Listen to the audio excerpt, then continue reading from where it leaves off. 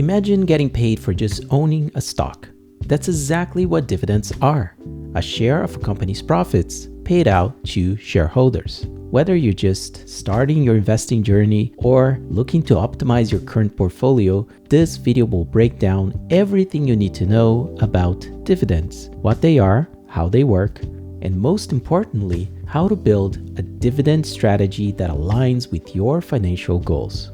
By the end of this video, you'll understand the difference between high yield and dividend growth stocks, know exactly how dividend payments work, and have a clear roadmap for building your perfect dividend portfolio.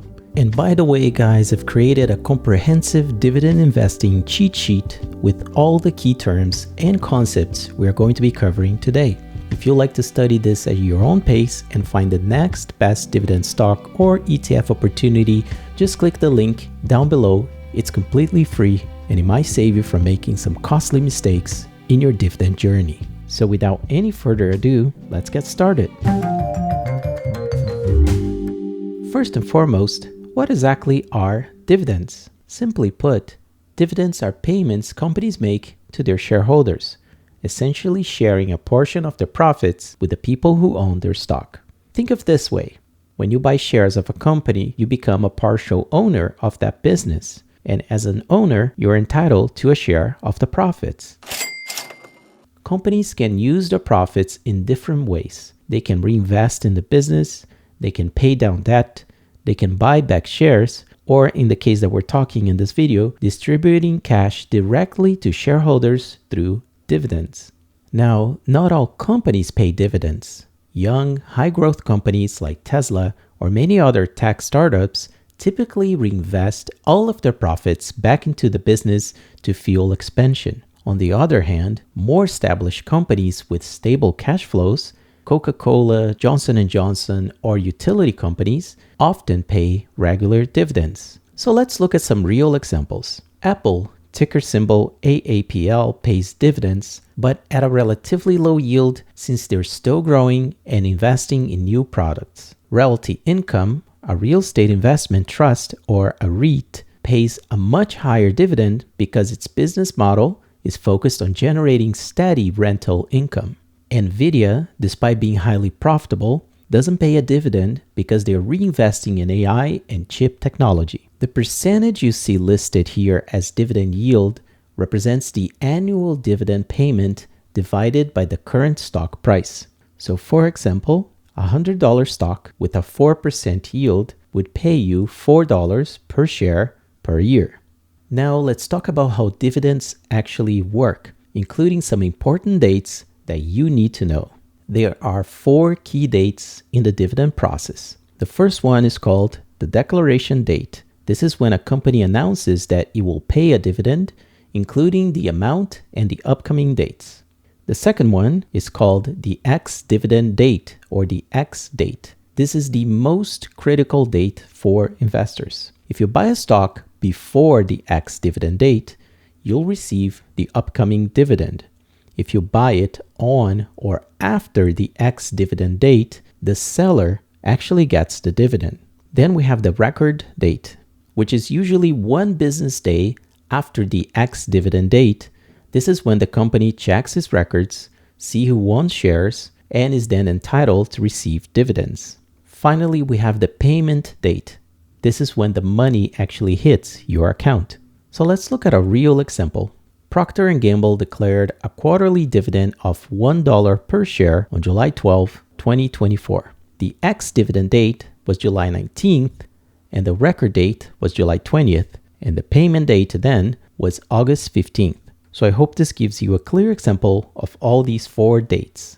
Now, let's talk about payment frequency.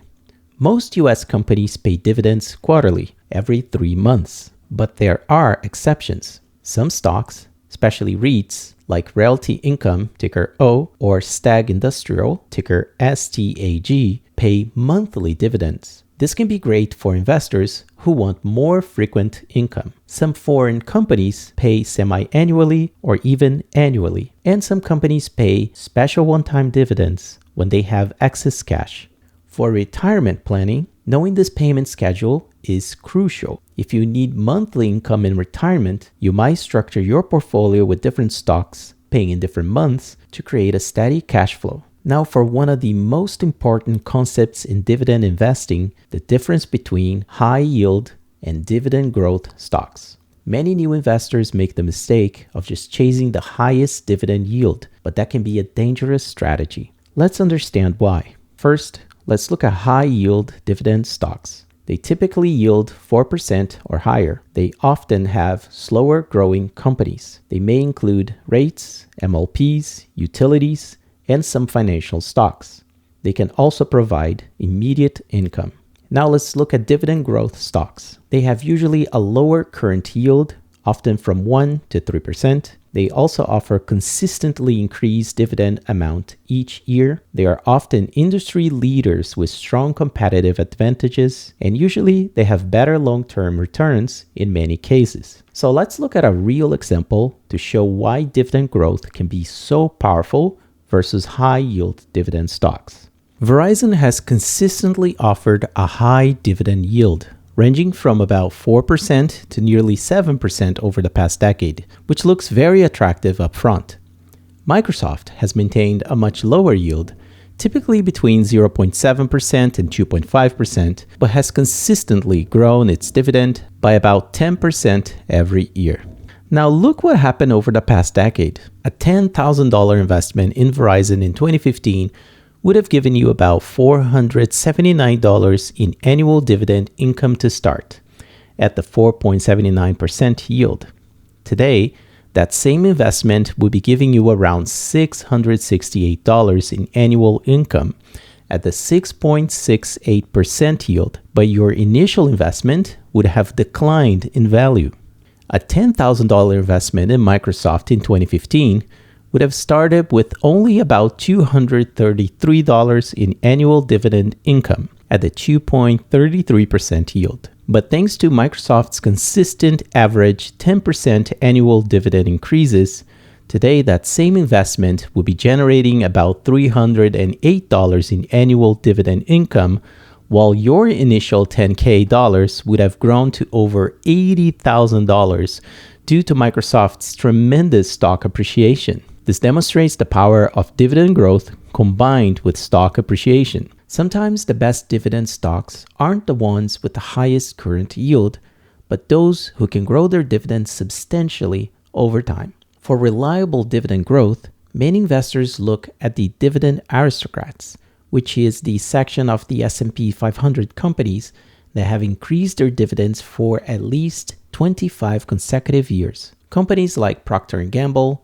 Johnson & Johnson, and Coca-Cola have raised their dividends for over 50 years straight. Now here's something every dividend investor needs to understand. Extremely high yields often come with extremely high risk. This is what we call a yield trap. It's a trap! If you see a stock with a 10%, 15, or even 20% yield, that should immediately raise some red flags. In most cases, the yield is high because the stock price has crashed, often due to serious business problems. So let me show you another example. This is what happened to many mortgage rates during market downturns. Their yields skyrocketed as their prices fell, but then they slashed their dividends, leaving investors with both income loss and capital loss. Looking at NLE Capital Management, NLY, in February 2020, the stock traded around $50 before the pandemic crash. By March, it had plummeted to the $20 to $25 range,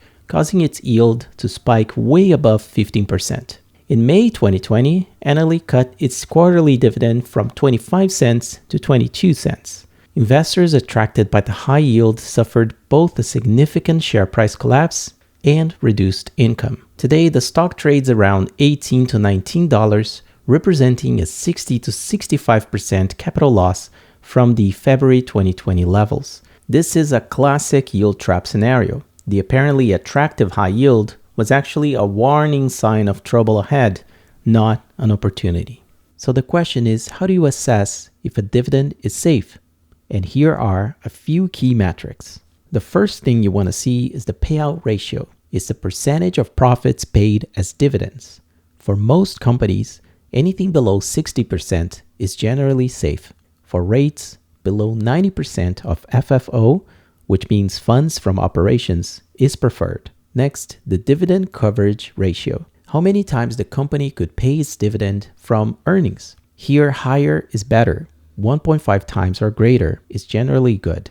Then we have the dividend history. Companies with long histories of maintaining or raising dividends tend to prioritize them. Finally, we have the debt levels. High debt can put pressure on dividends during tough times. Now let's talk about how to build a dividend portfolio that matches your goals and risk tolerance. There are 3 main approaches to dividend investing. The first one is called the income-focused portfolio, which usually offers higher risk and higher current income. It is focused on maximizing your current income. It usually offers higher yields, from 4 to 7% overall yield. Some examples include rates, MLPs, BDCs, and high-yield corporate bonds. It's best for retirees needing maximum current income. And here's an example of a simple allocation: 30% on rates, 25% on high-yield stocks, 25% preferred stocks and high-yield ETFs, 20% dividend aristocrats for stability.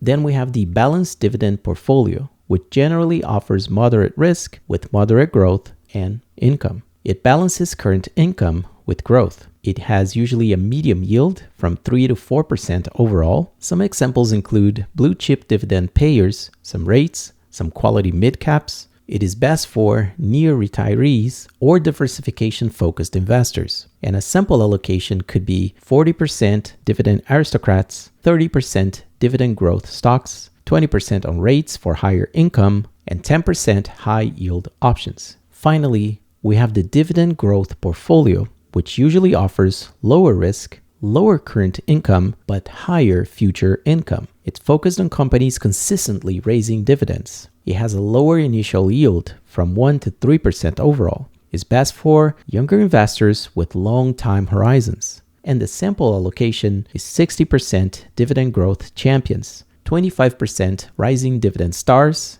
and 15% dividend aristocrats. Now remember, the best approach depends entirely on your situation. If you're young with decades until retirement, the dividend growth approach likely makes more sense. If you're nearing retirement, the balanced approach helps transition to income. If you're in retirement and need income now, the income-focused approach might work best. One strategy many investors use is to start with a dividend growth approach early in life and then gradually shift toward higher income as retirement approaches. And of course, you can always use dividend ETFs to get instant diversification, such as SCHD, the Schwab US Dividend Equity ETF, the VYM, the Vanguard High Dividend Yield ETF, the GGRO, the iShares Core Dividend Growth ETF, and the HDV, the iShares Core Dividend ETF. So in conclusion, we covered a lot of ground today. Let's recap what we've learned. Dividends are a share of a company's profits paid to shareholders. The ex-dividend date is crucial for determining who receives payments. Most US companies pay quarterly, but payment schedules may vary. High yield isn't always better. Dividend growth can be more powerful. Extremely high yields often come with hidden risks. Your ideal dividend strategy depends on your age and your financial goals.